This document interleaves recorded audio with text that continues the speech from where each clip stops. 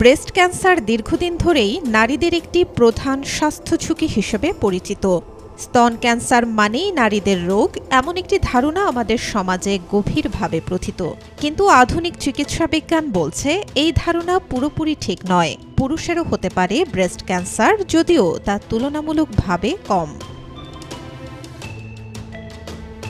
বিশেষজ্ঞদের মতে পুরুষদের শরীরেও স্তনের টিস্যু থাকে, সেই টিস্যু থেকেই ক্যান্সার কোষের জন্ম হতে পারে। বিশ্ব স্বাস্থ্য সংস্থার তথ্য অনুযায়ী প্রতি ১০০ জন ব্রেস্ট ক্যান্সার রোগীদের মধ্যে একজন পুরুষ।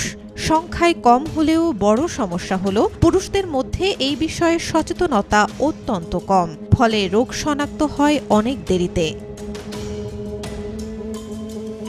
চিকিৎসকদের ভাষ্য অনুযায়ী অধিকাংশ পুরুষ ব্রেস্ট ক্যান্সারের প্রাথমিক লক্ষণগুলোকে গুরুত্ব দেন না। অনেকেই স্তনে চাকা ভাব বা অস্বাভাবিক পরিবর্তন হলে সেটিকে সাধারণ ফোড়া, চর্বি বা সামান্য সমস্যা ভেবে অবহেলা করেন। আবার সামাজিক লজ্জা ও ভুল ধারণার কারণে অনেকেই চিকিৎসকের কাছে যেতে চান না। ফলে দেখা যায় পুরুষ রোগীদের ক্ষেত্রে ব্রেস্ট ক্যান্সার তৃতীয় বা চতুর্থ ধাপে গিয়ে ধরা পড়ে, যখন চিকিৎসা হয়ে ওঠে জটিল।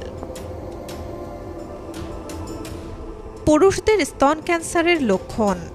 বিশেষজ্ঞরা বলছেন পুরুষদের ক্ষেত্রে এই লক্ষণগুলো দেখা দিলে দ্রুত চিকিৎসকের শরণাপন্ন হওয়া জরুরি।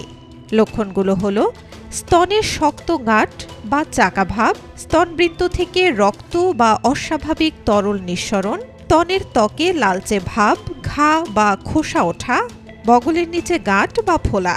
এই লক্ষণগুলো অনেক সময় ব্যথাহীন হয়, যা আরও বিপজ্জনক। ঝুঁকি বাড়ায় যে কারণগুলো।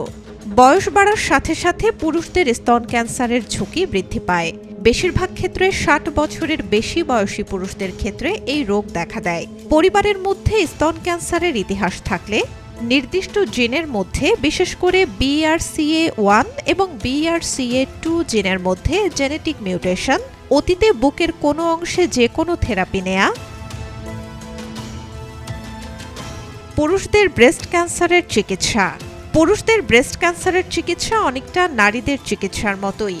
অস্ত্রোপচার, কেমোথেরাপি, রেডিওথেরাপি ও হরমোন থেরাপির মাধ্যমে চিকিৎসা করা হয়।